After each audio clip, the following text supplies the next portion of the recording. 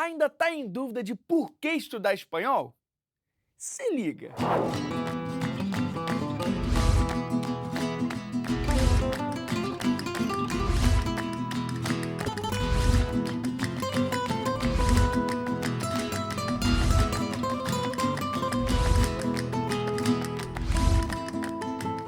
Maneiríssimo, né? Roda a vinheta.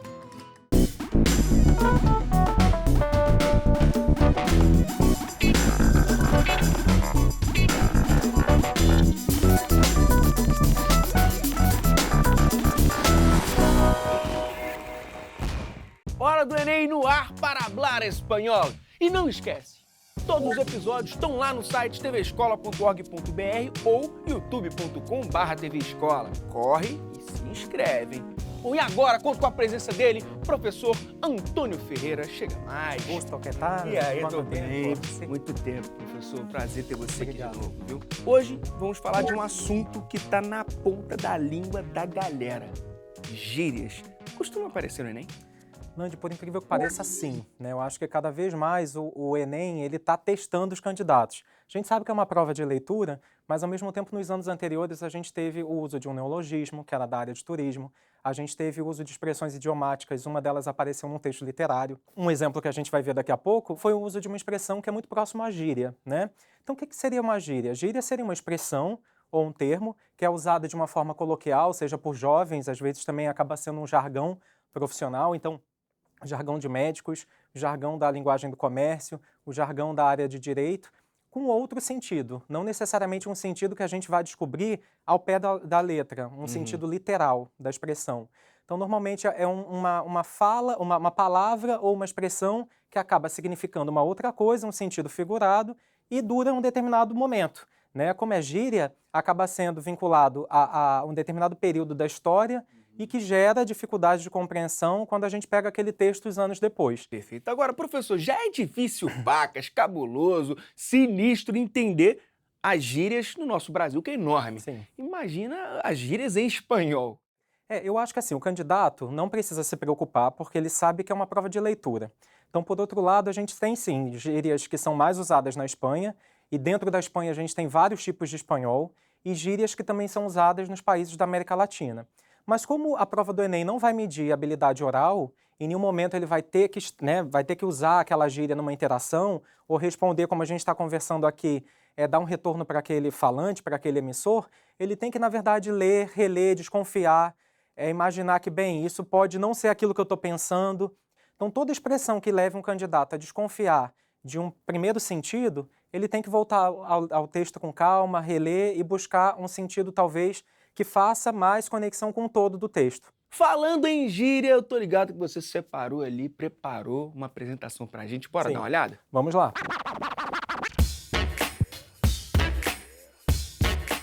A gente tem alguns exemplos aqui de gírias, algumas mais usuais no espanhol peninsular, outras no espanhol mais americano, mas por conta até das redes sociais, que língua atualmente é muito contato, né? A gente tem pensando também em línguas como se fossem línguas mestiças, que a todo momento a gente está incorporando novas variedades, novos usos, então não posso mais te falar, por exemplo, que uma determinada gíria ou expressão fica restrita a uma determinada comunidade linguística do espanhol. Aquela primeira, anda já, seria fala sério, você está querendo dizer isso mesmo? Que guai, que legal. O vale é o ok, ao mesmo tempo que o vale seria uma gíria utilizada na Espanha, você tem nos países da América Latina o dale, que vai significar a mesma coisa. E normalmente você observa que quase todas elas você tem o uso de um ponto de exclamação.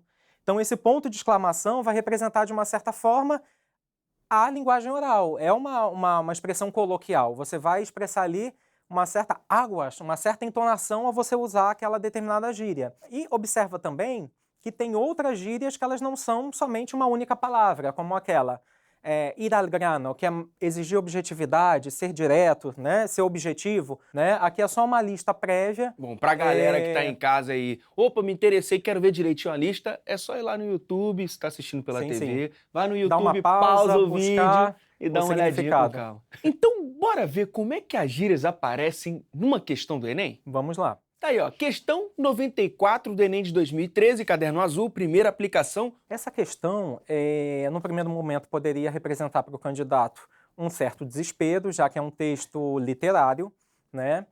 A gente sabe que nos últimos anos o Enem vem cobrando mais a presença de textos literários.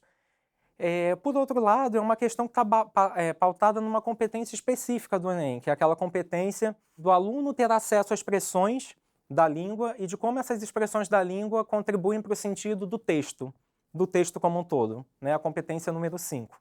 É uma questão que traz, na verdade, eu digo, uma expressão, não necessariamente seria uma gíria pontual, o uso da expressão mala leche, e a sugestão que eu dou é que ele comece lendo pelo enunciado. Não necessariamente eu precisaria ler todo o texto, no caso o poema, né, ou buscar elementos contextuais, já que também não há. A gente tem acesso, sim, ao nome da poetisa, mas a gente não consegue perceber o país. Então, no enunciado em si, a gente tem, no poema, o eu lírico se compara a cabra, e no quinto verso utiliza a expressão mala leche, para se autorrepresentar como uma pessoa. Então, se eu paro já para compreender o enunciado, eu tenho 3 informações aqui interessantes. Uma delas que diz que a voz do poema se compara já a um animal, uma cabra, e se eu vou lá no título, eu vejo que tem o A, que no espanhol o A significa que é o feminino, sola, então possivelmente esse eu lírico é uma mulher, né, seja uma mulher. Eu tenho a segunda informação, que é o uso da expressão, que é o foco, de fato, da questão, e já me antecipa dizendo que é um poema que o lírico se autorrepresenta. Então, esse eu lírico, ele já se vê como esta cabra solitária, né? Sim. Então é pontual. Eu tenho que ir no quinto verso, exatamente, desse poema para resolver, mas podemos ler o poema como um todo. Entonces dice, cabra sola, ¿a quién dice que soy como la cabra? Lo dicen, lo repiten, ya lo creo. Aqui, se eu penso numa leitura que eu fiz do eu lírico falando, I can dice, ou seja, são outras vozes que dizem, que tentam, na verdade, fazer com que eu acredite que eu sou como essa outra pessoa. Pero soy una cabra muy extraña. Aí o extraña, a gente tem, de fato, um heterossemântico, um falso amigo. Por quê? Se o aluno já leu, por acaso, a listinha, ele vai falar, bem, te extraño eu sinto falta de você, eu te quero, eu sinto saudade, mas o estranho aqui é o significado literal, é o estranho, é o esquisito. Então, ao mesmo tempo que dizem que ela é uma cabra, que essa cabra a gente está vendo como uma outra pessoa, ela é diferente. Que lleva una medalha e 7 cuernos. Esse verso em si diz que essa outra pessoa leva ouro, leva uma medalha, leva um pingente e 7 chifres, né? E a partir de agora a gente vai ter um uso de versos que vão iniciar com um vocativo cabra, cabra, cabra, que vai mostrar essas outras vozes que tentam dialogar com esse eu lírico. Mas justamente chegamos ao quinto verso, que é o verso que apresenta essa expressão. Então não está sendo exigido do candidato justamente uma tradução exata da expressão, mas sim do verso como um todo. Então, voltando à leitura do quinto verso, diz, em vez de mala leche, yo doy llanto. Se por acaso o aluno pensa que é um falso amigo, mala leche, vai falar, gente, o que é que o leite ruim tem a ver com essa questão do llanto? Que até acaba sendo uma palavra transparente.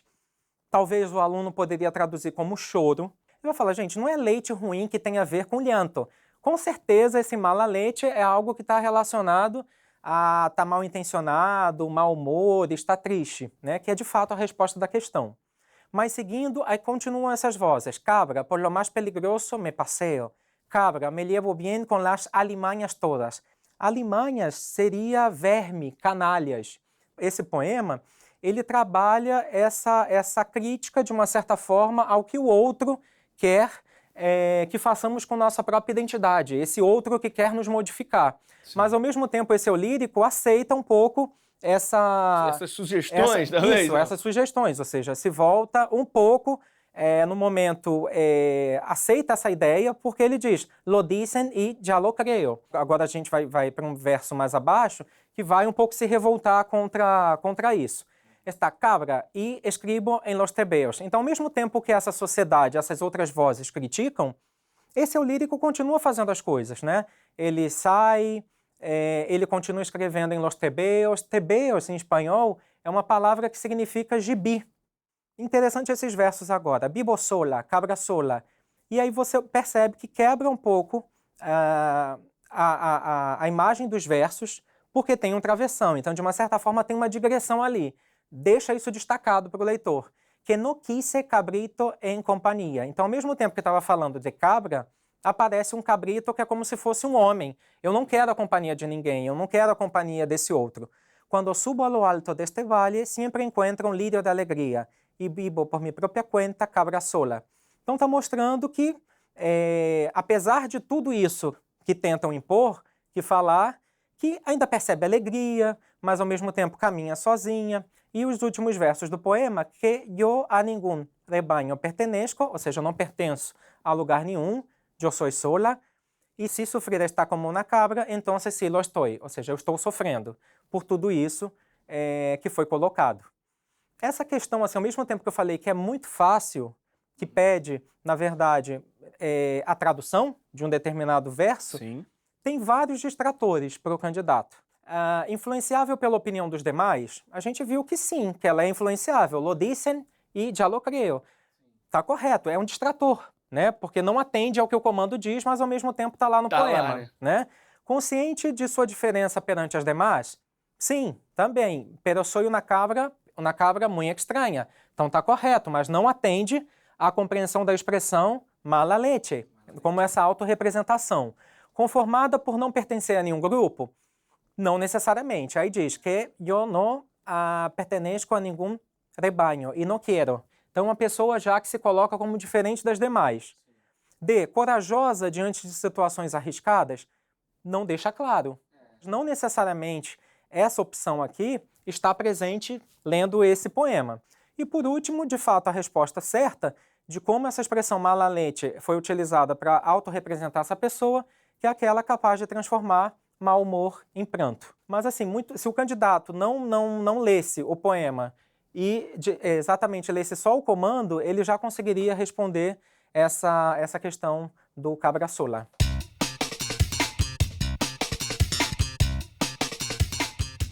Bom, o texto que a gente viu na questão agora é da poetisa espanhola Gloria Fuertes.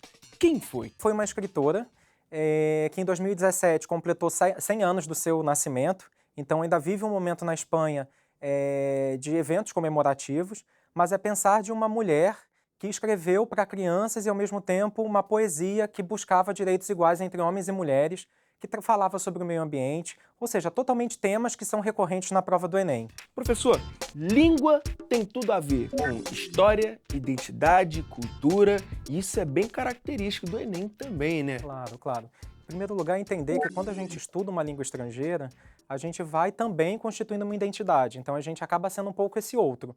A gente não apaga a nossa identidade da língua materna, no caso nosso aqui do português, mas ao mesmo tempo a gente vai incorporando outras visões de mundo. É importante também o aluno entender que quando aprende uma língua estrangeira, quando tem acesso a textos, ele amplia o seu horizonte de cultura e entende também que cultura são as relações humanas, as relações do cotidiano, o que acontece em sociedade. Pensando naquelas habilidades da matriz de referência, há duas habilidades específicas que vão valorizar justamente isso. Quais? Na prova de línguas estrangeiras. Uma delas vai ser para ampliar o horizonte do aluno em relação a conhecimentos de tecnologia, conhecimentos de cultura, e a outra é entender as representações artísticas também como representação da diversidade linguística e cultural das línguas. Então, para mandar bem em língua espanhola, também é importante saber história. Claro. O maior leque possível de conhecimento que o aluno tem acesso vai ser bom para ele. Então, ele tem que pensar que, ao mesmo tempo que eu estou estudando história, estou estudando geografia, estou estudando biologia, estou estudando artes ou estou estudando língua. As linguagens estão presentes no mundo.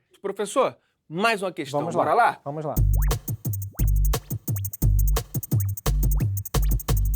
Questão 95 do Enem de 2013, Caderno Azul, primeira aplicação. Professor?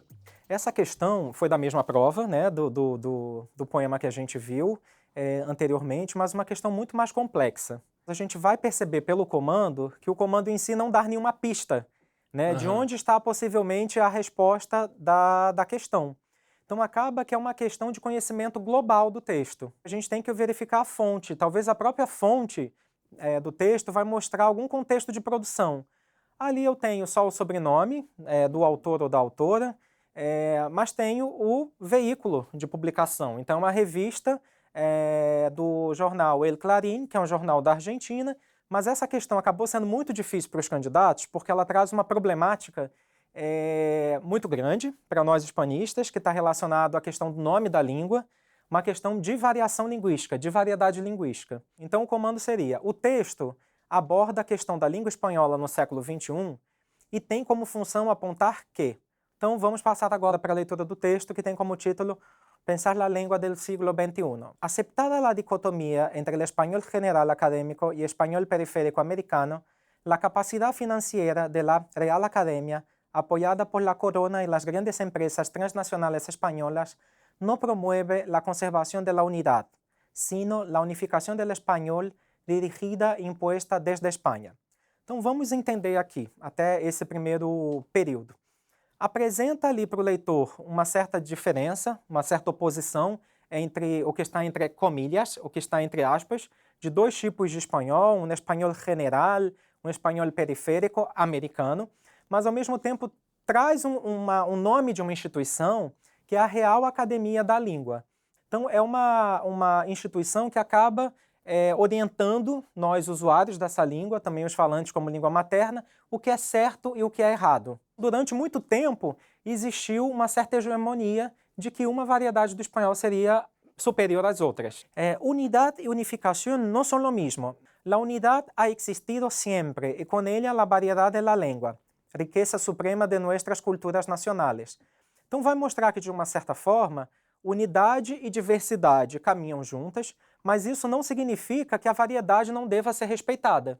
Lendo o segundo parágrafo, diz: culturas nacionales, desde que nacieron los primeros criollos, mestizos y mulatos en el continente hispanoamericano, las diferencias de colonización, las improntas que dejaron en las nacientes sociedades americanas los pueblos aborígenes, la explotación de las riquezas naturales, las redes comerciales coloniales fueron creando culturas próprias, diferentes entre si.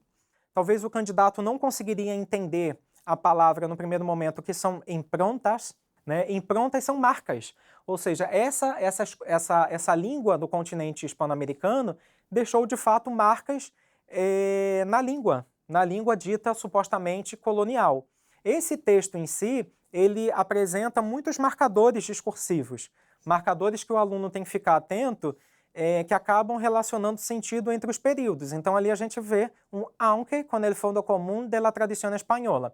Então, ao mesmo tempo que a gente falou de toda essa abertura para uma língua que foi gerada também no continente americano, aunque, ainda que, uma ideia que também em alguns momentos é concessiva, mas que o aluno vê como, em alguns contextos, como adversativa, ainda tinha uma permanência de uma tradição espanhola.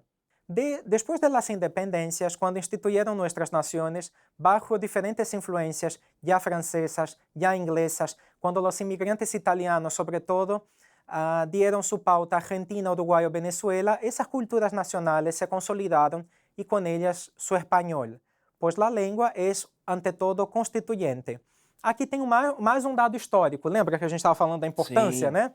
Quando a gente fala ali depois das independências, algumas colônias, que eram colônias da Espanha, conseguiram a sua independência como nação, e isso fez com que conseguiram construir culturas que se consolidaram, ou seja, que se constituyeron. Así, el español actual de España no es sino una más de las lenguas nacionales del mundo hispánico. Então, esse sino é um senão. Então, o próprio artigo de opinião está reconhecendo que cada comunidade tem a sua própria língua, que não deixa, é um espanhol diferente, e o espanhol da Espanha é mais um deles. Ou seja, está rompendo essa visão de língua hegemônica. El español actual es el conjunto de 22 españoles nacionales que tienen sus propias características, ou seja, isso é importante ficar claro. É um conjunto de 22 nações. Aqui, por essa contagem, né, com certeza já está incluindo também os Estados Unidos como um país com uma presença latina Forte, né? bastante forte, que tem suas próprias características, ninguno vale mais que outro, ou seja, são todos iguais. La lengua del siglo XXI es por eso una lengua pluricêntrica.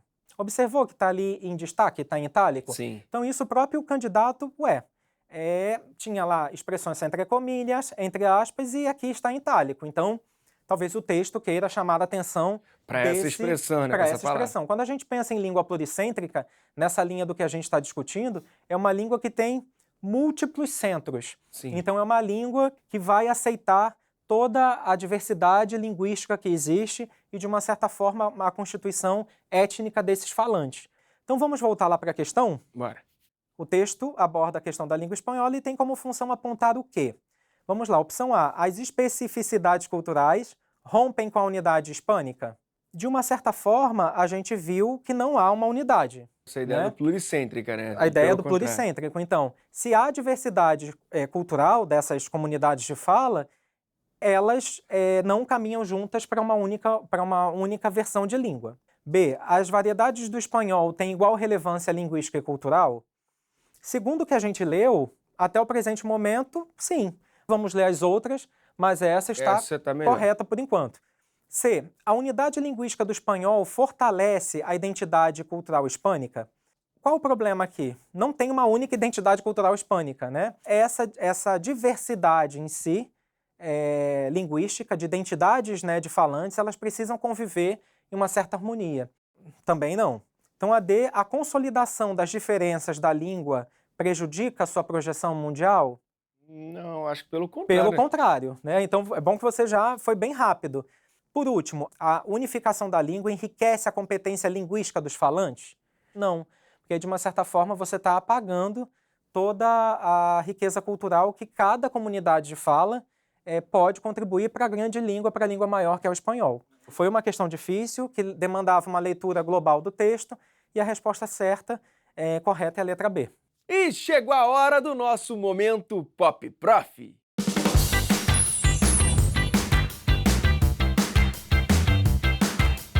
Seja muito bem-vindo ao nosso Campeonato Mundial de Trava-Línguas em Espanhol. Listo? Listo. Para começar, para esclarecer, como se diz trava-língua em espanhol? Trava-línguas. Trava-línguas. Nunca fui bom. Eu quero esses dois, por gentileza. Leia, por favor. Quando cuentes cuentos, cuenta quantos cuentos cuentas, porque se não cuentas cuentas, nunca sabrás quantos cuentos sabrás contar. Achei lento. Mais rápido, meu Deus. Só mais um pouquinho mais rápido. Samba! Quando cuentes quantos cuenta quantos cuentos cuentas, porque se não cuentas quantos cuentos cuentas, nunca sabrás quantos cuentos sabrás contar. Caraca, ele engatou ali uma marcha que gostei. Então vai pra próxima. Esse, nossa. Sombrero de la sombrerería que vende sombreros a la sombra de la sombrilla, en la que tomo la sombra con sombrero a que ti te sobraria. Eu vi que você dá uma inspiradinha ali no meio, eu percebi. Tô gordinho, tenho Fica tranquilo. Vou tentar mais uma vez. Sombrero de la sombrerería que vende sombreros a la sombra de la sombrilla, en la que tomo la sombra con sombrero a que ti te sobraria. Se não fosse, Se não fosse, né? No final, mas eu gostei. titubeei. E esse foi Antônio Ferreira, aqui no nosso Momento Pop Prof. Bom, quero dicas de ouro pra galera que quer mandar bem no espanhol. Sim, sim. A primeira dica é que o candidato continue lendo um repertório de textos que estejam aí nos jornais, nas mídias, nas redes sociais, que sigam os jornais, que sejam temas da cultura, da sociedade, do meio ambiente, da tecnologia. A segunda dica é que, ao ler textos como esses que nós vimos hoje, ao ver aquela tabelinha que nós apresentamos com as gírias, que o candidato vá aumentando o seu repertório, o seu glossário de palavras, para que da próxima vez que eu encontrar com essa gíria, com essa expressão, com esse termo, eu já fique mais relaxado, né? Mais tranquilo. E a última dica em si, eu acho que o estudante, quem está se preparando para o Enem, pode ter acesso à língua espanhola de diferentes formas, mais uma vez. Então, desde um reggaeton até você ler uma notícia jornalística sendo acompanhado de um podcast, por exemplo, você está tendo acesso à variedade, né, da língua em suas mais, como a gente acabou de falar, mostras culturais, valorizando aí diferentes países. Há publicações da nossa área que vão trabalhar de uma certa forma com gírias. Eu trouxe aqui para compartilhar. É um livro que se chama Expressões Idiomáticas, Valores e Usos. Esse livro foi organizado pela professora Gretel Fernandes, que é coordenadora aqui desse grupo que pensou esse livro, que é professora da USP, e vale muito a pena buscar em alguma biblioteca comunitária, ver talvez se está disponível na internet, para conhecer um pouco mais as gírias e expressões da língua espanhola. Professor, só Muchas tenho gracias, muito a gusto. agradecer. Obrigado mesmo. Obrigado a você. Hora do Enem fica por aqui, então até a próxima.